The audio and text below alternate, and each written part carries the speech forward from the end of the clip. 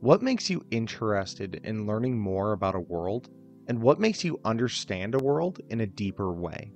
In any story, whether it be medieval fantasy, sci fi, or a story about a wandering samurai going through the Meiji period of Japan, world building is continually touted as one of the connecting threads that helps to not only grow the worldview of a story, but also enhances the characters, settings, and themes. I think it would be fair to say that no story worth its salt could actually survive without it. It's needed to flesh out motives and the history of these worlds, and explain how the actions of others impact the world that we are exploring today. In this video, I want to take a deeper dive into world building, and flesh out what makes the world building of a story unique, show examples of these practices within manga, and how when these are done properly, the reader can reap the fruits of the author's labor by taking that story to the next level. When these pieces all come together, that in turn allows the stories to become unforgettable and timeless. In my mind, there is one single ideology that drives the reality and substance of a world that's being written. Places are real when they're developed. Now, what does that mean? It's when you go past the surface level of a setting and get into how the world itself works. How do the gears turn in this society, and what makes them turn? It's taking basic elements, the geography, the politics, the history, the social hierarchy, and laying them out for the reader to enjoy and to dive deeper into. It's one of my most firm opinions that a story won't be able to thrive without the reader having an extremely solid grasp of answers to all of these elements, especially if it's in a manga set in an unfamiliar and strange world with power sets, already established relationships and connections, and the systemic issues of that world. To know a Game of Thrones, for example, you need to know the kingdoms and their divisions. You need to know the king, the peasants, the lords. You need to know the wars that ravaged Westeros and Essos, the ruling hierarchy, and how the people are still being impacted by the setting to this day. But while all of these elements are extremely important, I actually think that I'm going to skip over these elements today. While they're absolutely fundamental to any story that you read or want to write, there are about 1 million videos on YouTube that go into these basic elements with plenty of depth. I don't think I'd really add anything to the conversation that's already been had on those subjects, but what I'll do instead is link to a couple of great videos in the description below. But what I want to dig into are the story elements and the world building elements that takes a story to a deeper level entirely. They're more subjective, but what I think will bring any story to the next level are these 3 things: time, planning, and revealing connections. As a heads up, I will be mentioning a few different manga and their examples of world building, but I'll try to keep any spoilers to a minimum. First is time. Think of a fruit. Any fruit on any tree is going to need time to be picked, time to ripen, and finally time to eat. The same goes for storytelling. A secret isn't really a secret if it's revealed in the same chapter where it's introduced. Patience is needed to help the story build up to the next revelation. If it's picked too early, it might not stay with the reader. If it's picked too late, the reader might turn frustrated since the reveal didn't live up to the expectations after all of the time that went behind it. You want to have the reader think deeply about the connections that are being made.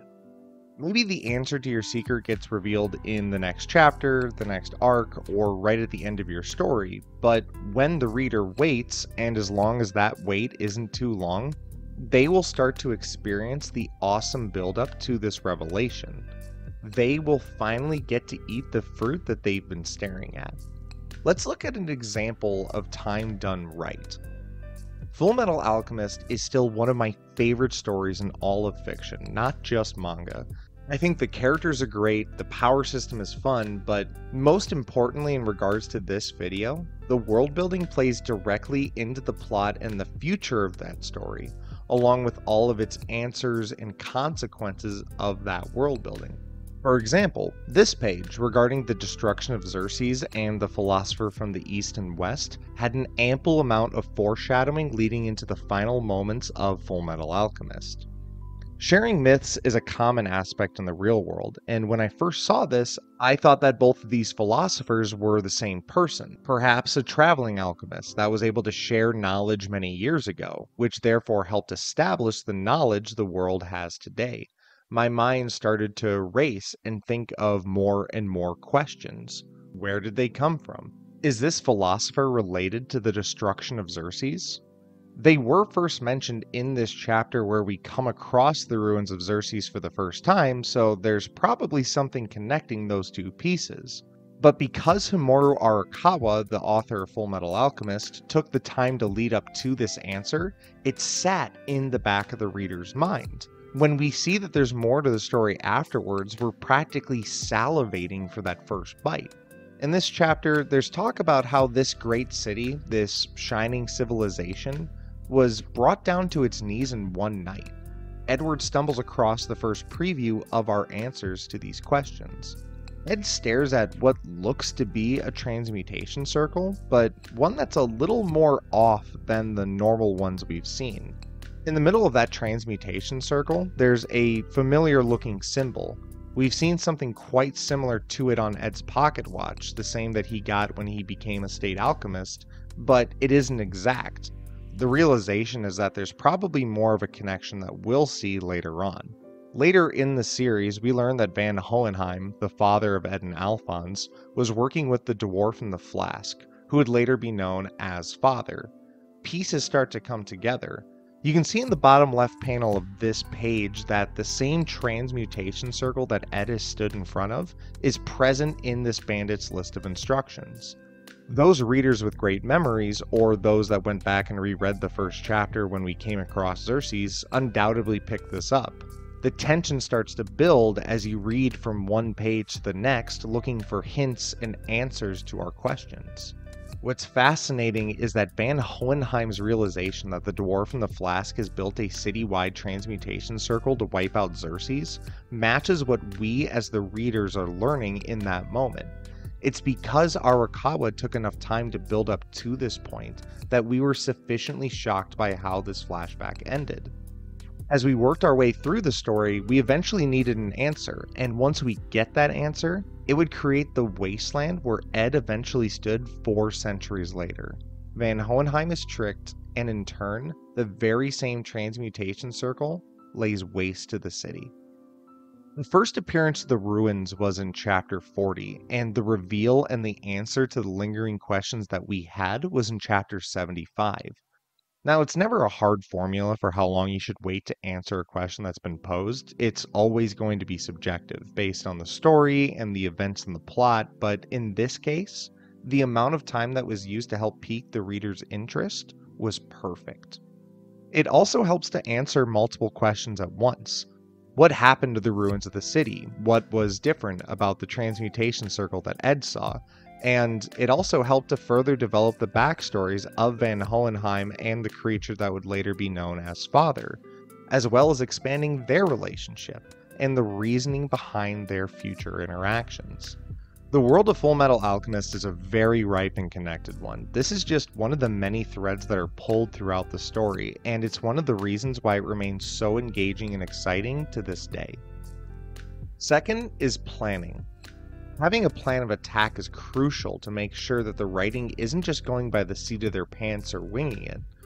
For example, here you can see a screenshot of some books that Eiichiro Oda, the author of One Piece, has regarding different plots, characters, arcs, and factions. From left to right, you see a book about the character Big Mom, the middle about the group, the Revolutionary Army, and the right being the location of Zou. In each of these books, there's a very clear past, present, and future written for that character or group.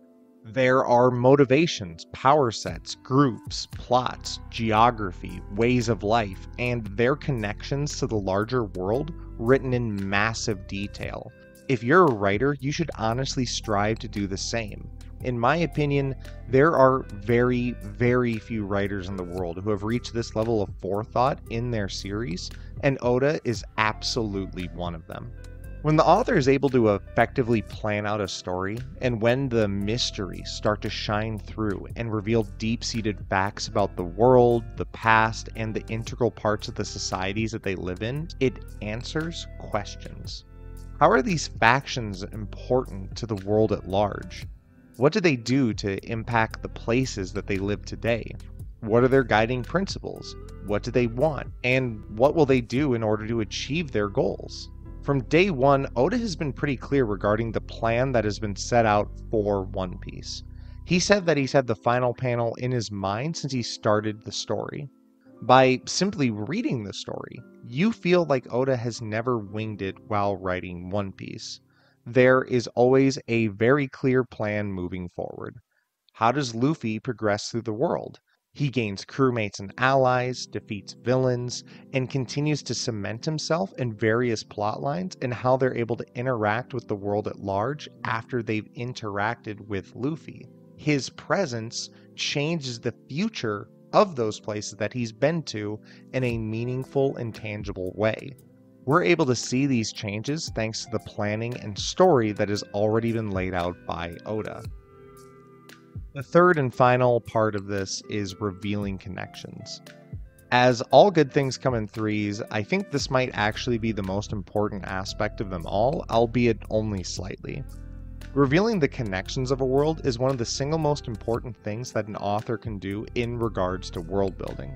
When an author reveals a connection, there should be a massive tidal wave of either excitement, answers to questions, or improving the depths of characters that are being connected together. Hopefully you can hit all three, and there are quite a few instances of that happening in various series, but for this one, I actually think that a series that hits this point extremely well is the one about everyone's favorite ninja, Naruto. I think that Naruto has plenty of encounters throughout the series that are worthy to be put on a list for interconnectedness, but I'll stick with, in my opinion, the best examples in the series. Wait, what? No. Get out of here, Black Zetsu. Get out. Okay, that's better. Naruto wasn't all winners, but I've always liked how Obito Uchiha was inserted in the story, and how his impact on the series has his fingerprints all over it. When revealing a connection in a story, there has to be one piece of information, whether it be an event, a character, or a place, that acts as a kind of keystone to literally bridge together multiple points of information and story beats. Whether that be the ones that dive into the past behaviors of different characters, the reasoning behind their actions, or in regards to a long forgotten history, something has to interlock these multiple hanging threads into one coherent piece of storytelling. If we look at Obito, we know that his start in regards to Naruto at large is when he was put on a team with Kakashi, but throughout the journey that they're on, they start to see each other's worldview, learn from the other's perspective, and therefore get brought closer to each other's ideologies. A quick example of this is how their time together still affects Kakashi decades later. Even Kakashi's famous words about those who do not care for and support their fellows are even worse than garbage are ones that he took directly from Obito. Seeing this and revealing this connection shows an integral part of Kakashi's character. He has still been impacted by the philosophy of Obito to this day, and it still drives his actions and behaviors. During Obito's apparent demise, Kakashi is gifted with Obito's Sharingan, giving us the answer to the question that I remember talking about on the playground in middle school. How did Kakashi get his Sharingan without being a member of the Uchiha family? The idea of stealing one didn't really seem like it was up Kakashi's alley, so what happened? And it's because Kishimoto, the author of Naruto, was able to weave this narrative and reveal these connections into the story in an effective way. When Obito attacks the Leaf Village, he not only summons the Nine Tails to attack the village for him, but he also fights his old master. Now, because Obito is the connection that's being revealed in the story, we start to see that he was responsible for other age-old questions in the community, and therefore he acts as a centerpiece in the past of Naruto, and it's clear that he's going to continue impacting the present and the future as well. How did the fourth Hokage die? How did Naruto get the Nine Tails sealed within him? Once you start to understand the origins and the ramifications of these events, you realize that it's because of Obito in regards to his relationship with Kakashi, Minato, Naruto, the Nine Tails, and for the ninja world in general, that the events we read about were all kicked off by him.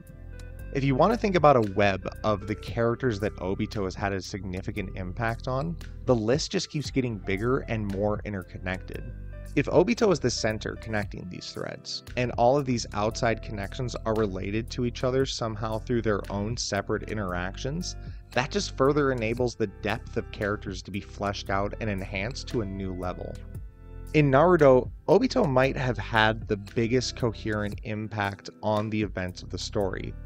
His ideology lived on through Kakashi. His actions caused the death of Naruto's parents and in turn sealed the Nine Tails in Naruto. This is really just scratching the surface of Obito's character and his impact on the story at large. But now, since the origins of our original questions are revealed, we start to understand the hidden aspects and lore of this world. So to review, we have three major pieces to think about when looking at deeper world building. The time that it takes to reveal the answer to a question, planning to guarantee that it makes sense in the story and is able to serve multiple purposes in that story, and finally, revealing the connections to help flesh out the past of the world and show in a very direct way how that impacts the future of the story being told. I think that just about wraps up this video, but I guess I should also take this opportunity to say, hi, we haven't spoken in a while. I just want to say thanks for sticking around. Basically, my initial hiatus for this was due to a few things. When I first started on this channel, COVID had hit, and the job I was working was just a total dead-end cluster. I was working from home, and I would write, record, and edit videos during work hours, since I was doing so little in my job. So it was nice to be a paid YouTuber before I had any kind of ad revenue, right? But I got a job pretty shortly after the last upload that I had, and that consumed pretty much all of my time and energy. I was working on another video, but it really just slipped off my plate since I was dealing with the new job.